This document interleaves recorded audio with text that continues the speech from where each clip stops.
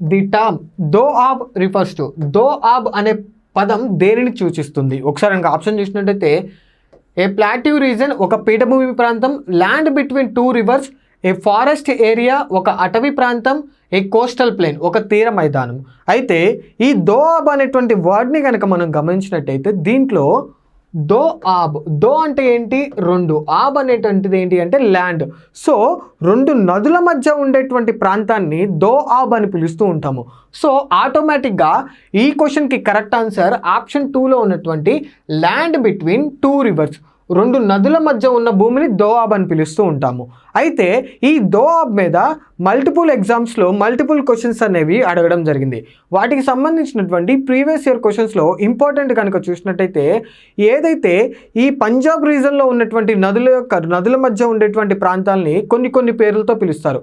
ఆ పేర్లు కనుక మనం చూసినట్టయితే ఏదైతే బిస్తా అనేటువంటి ఈ యొక్క దోఆబ్ అనేది బియాస్ మరియు సట్లెజ్ నదుల మధ్య ఉండేటువంటి దోఆబ్గా పిలుస్తూ ఉంటారు. బారి అనేటువంటి దోఆబ్ అనేది బియాస్ మరియు రావి నదుల మధ్య ఉండేటువంటి ప్రాంతాన్ని బారి అని పిలుస్తూ ఉంటారు. రచన అనేటువంటి దోబ్ ఏదైతే ఉంటుందో ఇది రావి మరియు చీనాబ్ నదుల మధ్య ఉండేటువంటి ప్రాంతాన్ని రచన అని పిలుస్తూ ఉంటారు. సో ఈ క్వశ్చన్కి correct answer land between two reverse అనేటువంటి ఒక ప్రాంతాన్ని దోఆబ్ అని పిలుస్తూ ఉంటారు. Thank you.